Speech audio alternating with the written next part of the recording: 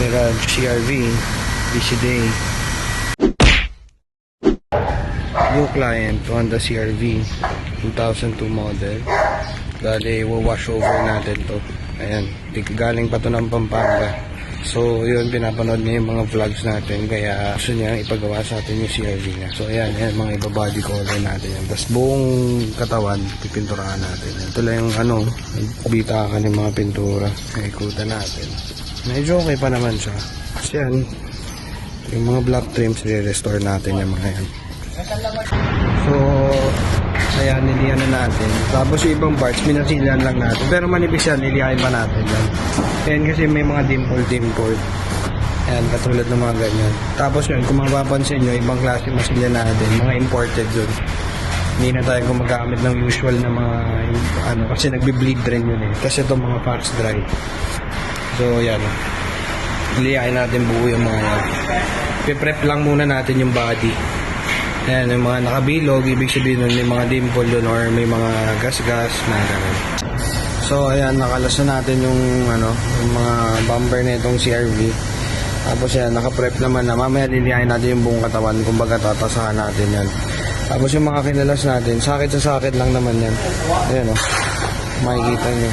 Ito nga, hindi na natin binunot eh. Ayan na yung. Tapos kakalas-kalasin natin mamaya yan, yung mga door handle nito, lahat, para pag nagbuga tayo malinis talaga. Quality yung kasi usually sa ibang shop, jaryo-jaryo lang. So yung mga ilalim hindi na nabubuga na maayos. Ayan. Ikutan ulit natin to pag nakalas na nila. Sir, itong sa nyo, butas po to. Kung gusto nyo papalatero nyo. So ayan kinakalas-kalas na natin, tapos nililian na rin natin. So ngayon, bale yung likod na itong CR-V natin, meron pala siyang butas din siya. Parang katulad ko nung ginawa namin RAV4 dati. So ikutan natin. Then kinalas-kalas natin yung mga yan. Tapos ito naman, kung makikita nyo, may butas siyang maliit. So para katulad nga yan nung ginawa namin RAV4 dati. So yun yung aayusin natin. Ganun pa rin, pamilinya natin. Tapos kinakalas pa rin natin yung ibang parts. So para medyo double time tayo, sinasabayan natin yung pagliha at saka pagkalas-kalas. Para liha na lang ng liha, tapos sunod-sunod na. Ayan yung ibang parts ng CR-V natin. So ayan, pinaprimer na natin ngayon itong CR-V. Ayan, makikita nyo yung primer yan. So ito na ngayon yung likod niya. Bale late lang ako na kasi bumili ako ng materials. Pero ayun, yung nandito niya na wash primer na natin yan, tsaka anti-corrosion. So yan, para mabuo na natin. Tapos itong side na to, na primer na rin pala to. Susunod na lang natin yung dito. Yan. Pero lilihain pa to guys. Lilihain pa natin lahat yan. Sasatsarin natin yan para maganda. Manipis pa rin siya. Bali makikita nyo to pag yung pinaka-finished product na ito, napakaganda. Sigurado ngayon pa lang napakaganda na ito pag natapos talaga. So ayan mga pali, bali kaya natin sinasagad to. Actually pag tinignan nyo, sariwa nga siya pero nagsisimula na siya. May mga siya, parang bootleg na, parang na na yung pintura kung tawagin. Parang pumuputok na siya unti-unti. So since hindi naman natin siya i-strip, ang ginagawa natin is sinasagad talaga natin sa liya para kumbaga maganda pa rin siya. Tapos pa-primeran natin ang buo. So okay, ayan, na-primeran na natin ibang parts niya. So tapusin na natin siya lahat bukas and then curing time lang natin siya. Tapos pwede na natin siya makulayan. Ayan. Makita nyo talagang po yan, kalas-kalas talaga yan.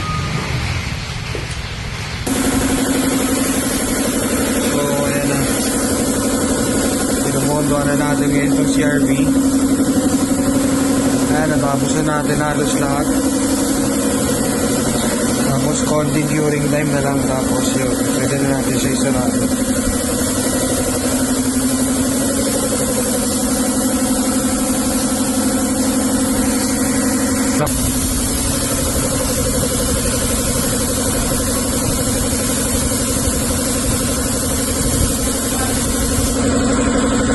ayan, nakailang layer na tayo ng top coat na itong CRV. Ayan, kung makikita nyo, napakaganda oh.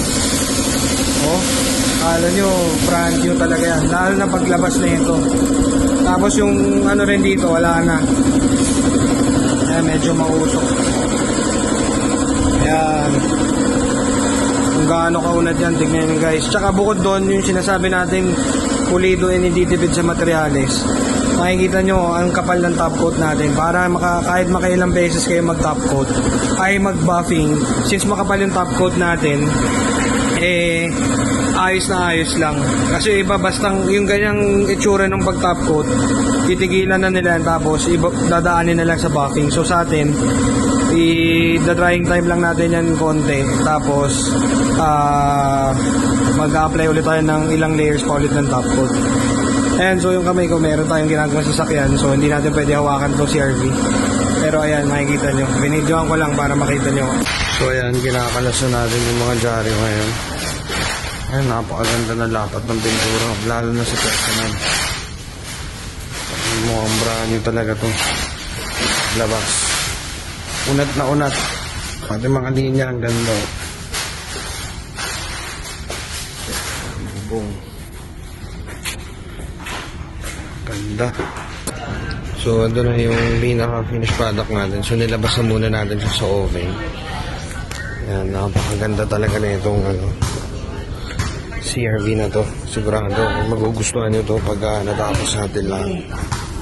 Ayan, unat na talaga siya. Baga back to original. Para na tong very nostalgic kasi yung mga gantong CRV.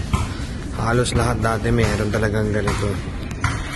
Ito, isa to sa pinakamagandang sasakyan before. So, ayan. Tsaka, by the way, maganda yung makina na ito. Kung di ako nagkakamali, K20 yung engine na ito. Napakaalaga ni boss. Talagang pinaano niya tong CRV niya. Ganda to, maganda to lalabas. Okay, so ito namang cover nung natin. Ayan, nagtutuklap siya. Nagtutuklap yung pinaka tire cover ng CRV natin kasi gawa ng walang kapit yung pintura. So kaya kailangan matanggal muna natin lahat na maayos para pag pininturahan natin hindi siya kagad magtutuklap. So ayan na yung mags naman natin. Ayan, kung makikita nyo, bronze na siya. Nakakabit lang natin, mainit-init pa. Ito namang CRV natin. Ayan, ano lang yan. Susunod na araw, pag dumapang na yung pintura niya, pwede natin i-buff yun. Ganda na ito. So ito naman yung nagtatagalan ng kami kasi walang kapit yung pintura niya. Ayan, ito nyo. Hindi man lang pinrimeran talaga yan. So natutuklap yan. So kailangan matanggal talaga natin lahat yan bago natin mapinturahan ng kulay. Kasi ang original talaga ata nito is black binody color lang. So ayan po, ito po yung bumper niya. Buti nakita natin, walang kapit. Pag pumatong tayo, ganyan lang rin po yung mangyayari. So, kailangan tuklapin natin na maayos yun. Binody color lang kasi yan, hindi ito plastic primer, kaya ganyan. So, kailangan matapos natin buo yan. Parang dito sa kanina kung pinakita, kailangan maging ganyan siya para maayos natin. Kasi yan, pag ganyan, pinatungan lang natin, yung ilalim niya, yung walang kapit, wala rin. Sayang lang gawa. So, ito na yung mga black rims ng CRV natin. Ayan, kung makikita nyo, naka-plastic primer yan. Ito yung bumper niya. Ayan, yung mga bumper niya. Naman yung mga side mirror niya. Ayan, naka-primer na rin yan. So, okay, ito na yung mga natin. Hindi na natin naabutan na binugahan siya. Pero ayan na yung mga black rims niya. So, ayan, mga nakakalas rin yan binubugahan. Para talaga malinis tignan. Yan yung cover na natin. Premier gas tank. Ito naman yung sa CRV. So ayan na, hindi natin nahubutan. Kung makita nyo, sobrang usok dito sa oven natin. Halos kakatapos lang ng bugaan. Ito naman yung bumper. Ito, tinira na natin kasi itim to. So, ayan, balikan na natin pagka natapos. So, ayan na, nilinihan na natin yung buong body na itong CRV. para pwede na natin siya simulan mabuff. So ayan, nakatuyo na maigi naman yung paint na ito. So ayan, liliyain natin siya para pwede natin siya i-buff. And then after, kakabit-kabit na natin yung mga bubuin na natin siya kumbaga. So medyo matagal lang mag-buff kasi ilang steps yung ginagawa namin, unlike sa usual na rubbing lang tsaka wax. So step 1 to 5 ang ginagawa natin dito. Tsaka may gumagamit tayo ng dual action dito na machine, hindi lang siya rotary na gamit natin. So quality materials talaga, pati maski yung chemicals yung ginagamit natin is quality rin. So ayan guys, na-buff natin ito ngayon. So ayan yung first buffing, ang gamit natin dito is yung rotary. Bali heavy cut compound yan. Ilang compounds yung ginagamit natin. Ayan, kung makikita nyo, halo-halo siya.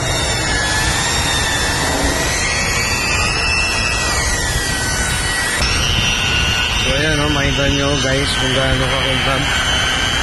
First buffing pa lang yan. Tapos makita nyo kung gaano ka-pino pati reflection ng ilaw natin. Ayan. Lalo na pagka na kumpleto natin yung steps natin ng buffing. From heavy cut to polishing to finishing.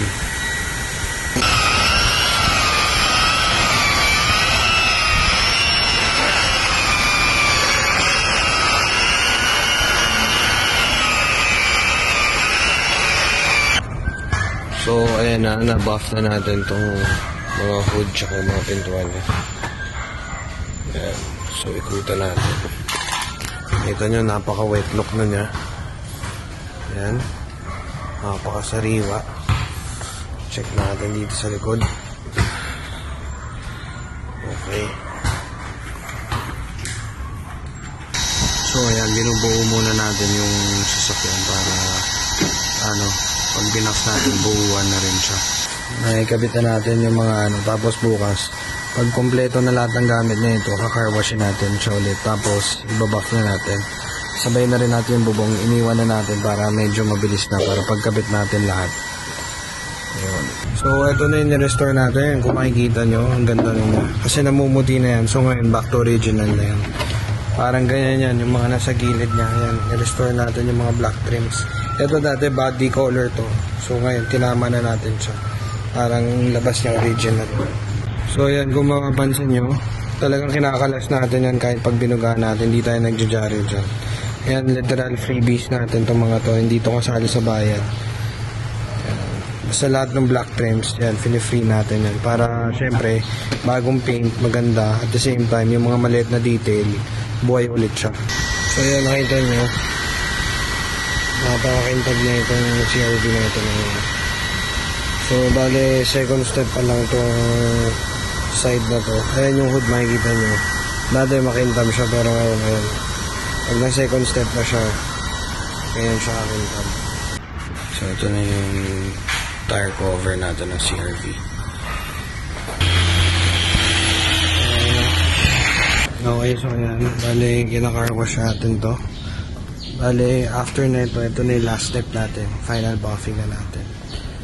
Ayan, napakasariwa ng CRV natin. Akala mo galing kasa. So, ayan na siya guys, oh. Makita nyo kung gaano kaganda yung pagkapintura natin. Nayari na natin, oh. Tapos, ayan yung mags. Tinakulayan din sa atin ni Sir yan. So, nag-add siya dyan for the mags. So, kung mapapansin nyo, ayan, sa ilalim. Ilang machine yung ginagamit natin dyan.